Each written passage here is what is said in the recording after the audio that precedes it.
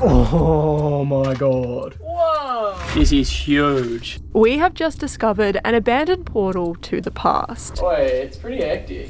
Hidden deep up a croc-infested mangrove creek. Croc stick.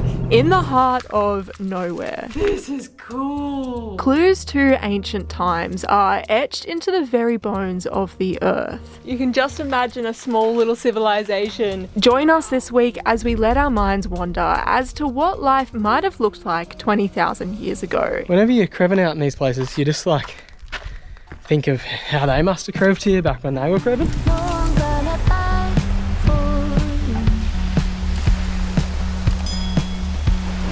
Last week we left you guys nestled into Crate Bay, where we slept to the ominous sound of the roaring waves pounding upon the reef-fringed shore that surrounded us. It's quite an impressive orchestra of waves crashing at the moment, but it is in the same sense quite unnerving. And this morning, well, it's a new day.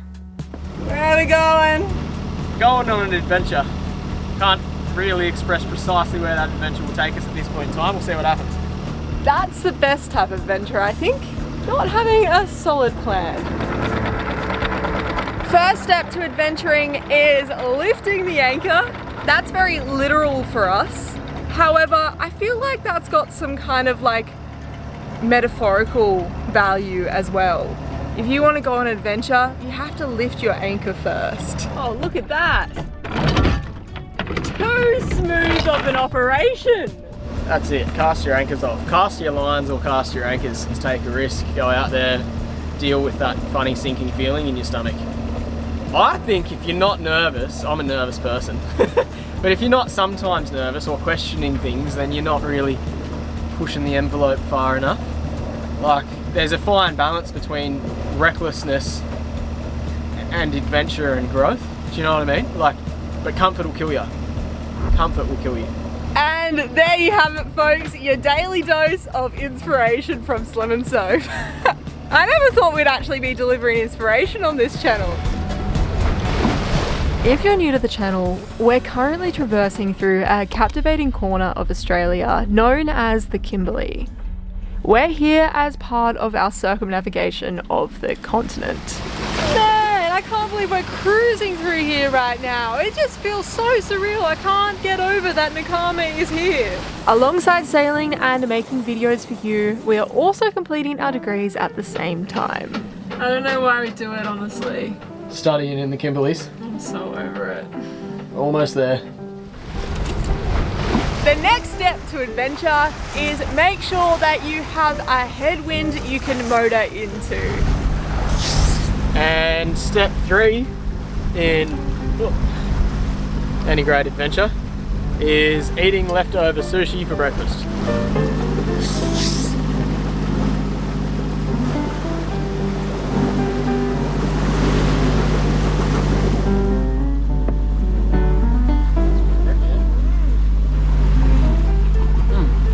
While we initially weren't sure exactly where we'd end up for the afternoon, the sushi has delivered us some clarity. We are currently heading down this peninsula-looking landspit towards Swift Bay, about 20 nautical miles. Now I can make us some more sushi. Yeah, that's a new nori rolls there. Rumour has it, lying within Swift Bay's surrounding dreamscape are treasures. And just like pirates, we're on a quest to get to the Red Cross on the map.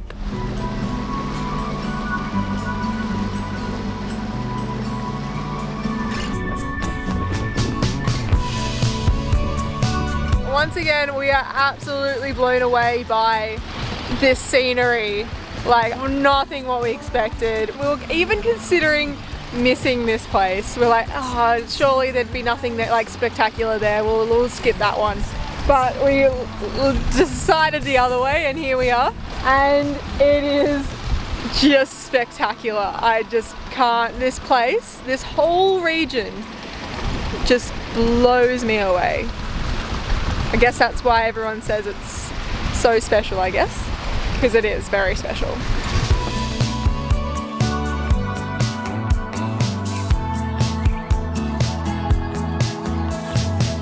There's really nothing that could hold us back. Still, I'm afraid to even try.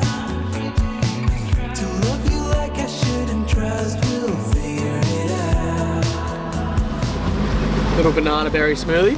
The last banana. It's a sad day when the last banana goes, but smoothies, it's a good way to do it. Good way to send it off.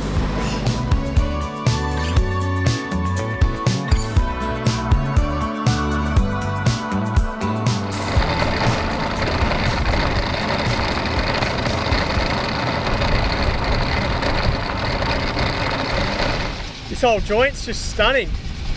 The beach, the rocks are just so odd that it's beautiful.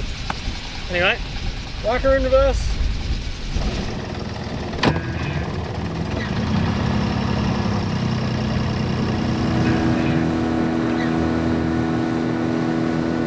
The next adventure begins.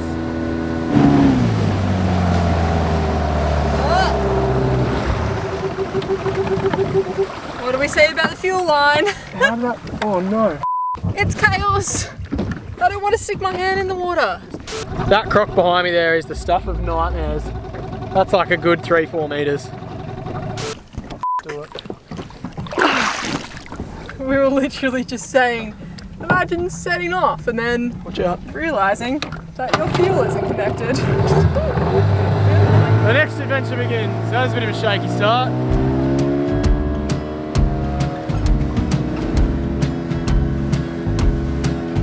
When we set out on these treasure finding missions, we are often in search of a particular rock formation that looks like it could have held a small population of people.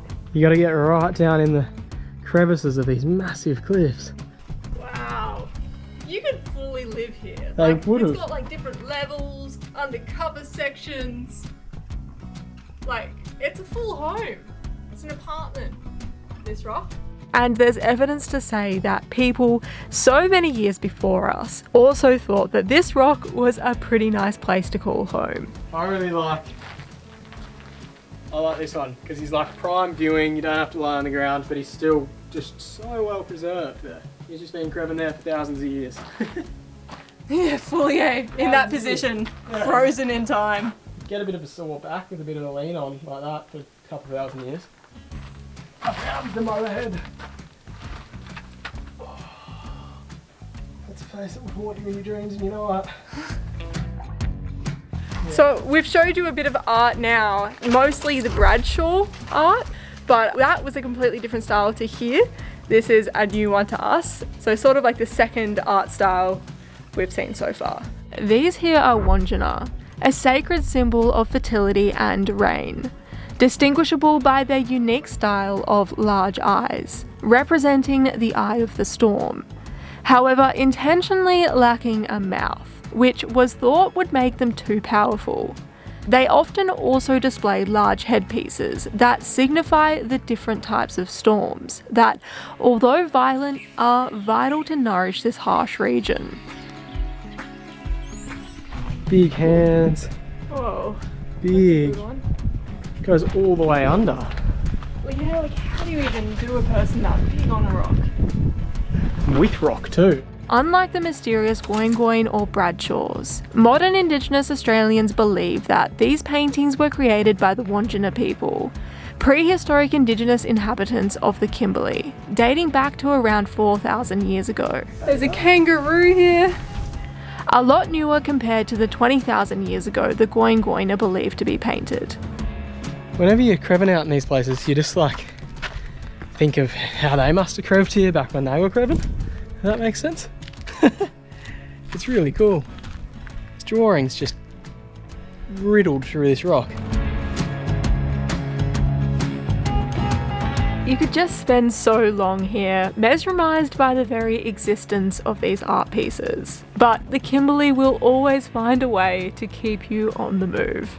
One thing that never leaves you alone, or the second thing, one thing that crocs don't leave you alone up here, but the tides don't leave you alone up here. We're getting into hectica and hectica tides. I think here is now 7 metre tidal range. We're in neeps at the moment, so it's not that bad. It's about 5 metres or 4 metres, but you can't really leave your tender anywhere for too long.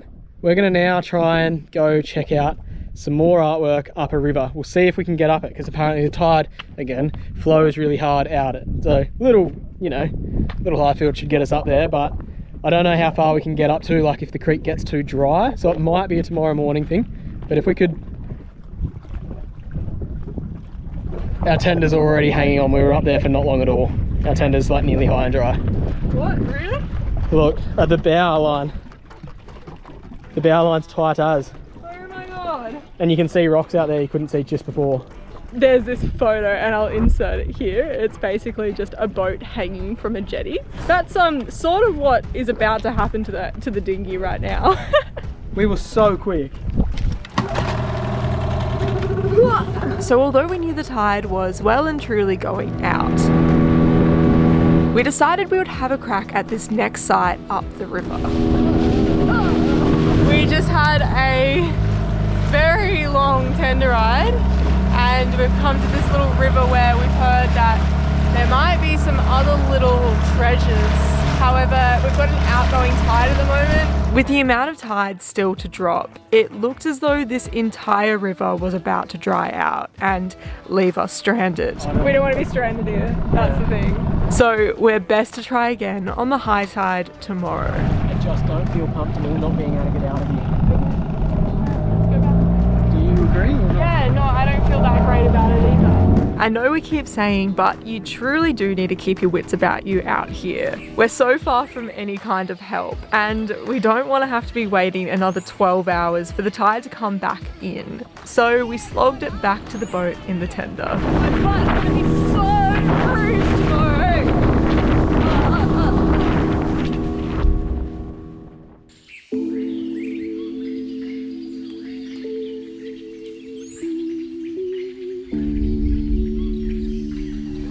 Good morning. We've just moved anchorage. You would have seen yesterday we actually tried to get here, but the tide was too low and we would have been stranded up the creek.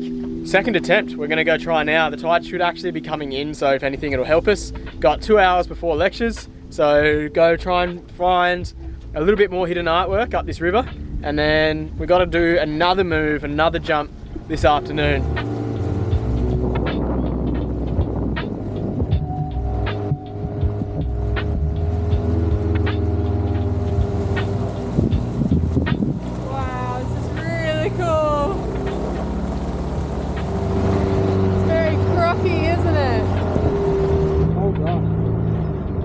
Croc stick.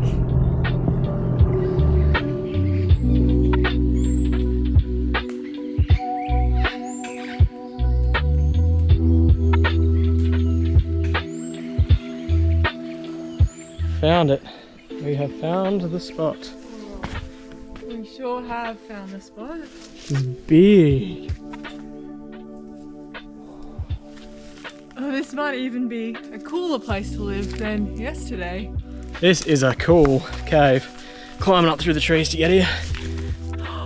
Wow, I like the yellows in that.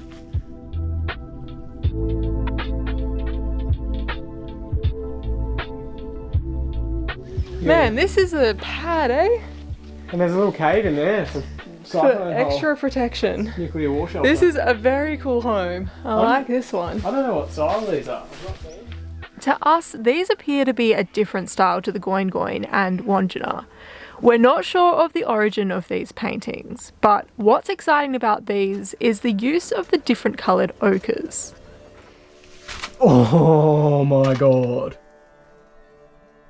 This cave is off its head. This is massive. Oh, I wish I had torches. Whoa! This is huge. This is sick. Whoa. This feels like Indiana Jones. This is cool. Full on cave. This cave is so cool. I love how a peep of light shines through in this little section here. It makes it quite magical. Dude, there's like a hallway up there. Do you want to poke your head around there and see what it is? I'll go for a peruse. A peruse, a meander and a bander. There definitely is bats nearby. Boy, it's pretty hectic. It makes me think of those cave divers, man. Yeah. People that scuba dive in caves. I don't even like being in caves. Not with a scuba tank. Whoa, this one's huge.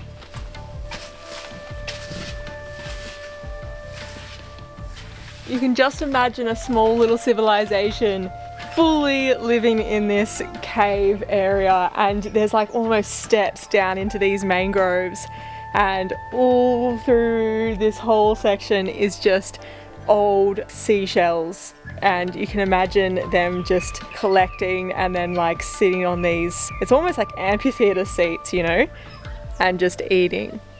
So yeah, it's pretty incredible. These shell mounds are known as middens, often found around ceremonial sites or dwellings. Basically a refuse heap of the cuisine of the time.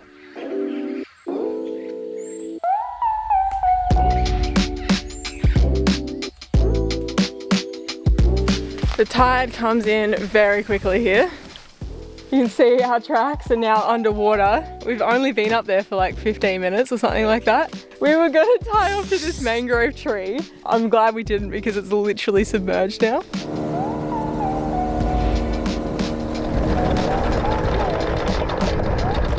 This is all the mud I've been dealing with.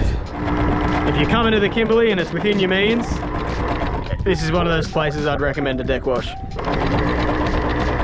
We are a little bit over the mud, so we're heading away from the mangrovey mud, beautiful hills to, I think, a pretty spectacular island. I think there's hills on the island. We're heading a little bit offshore, about another 20 nautical miles to Prudhoe Island.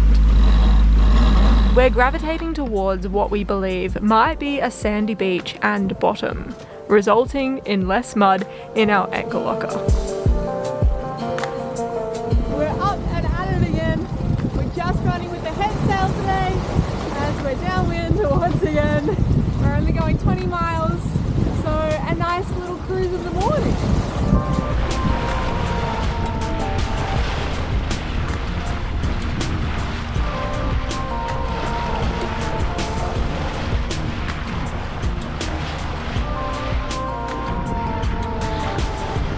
The wind's just picked up to 20 knots. We're hooting along. 6 knots we are hooting along at.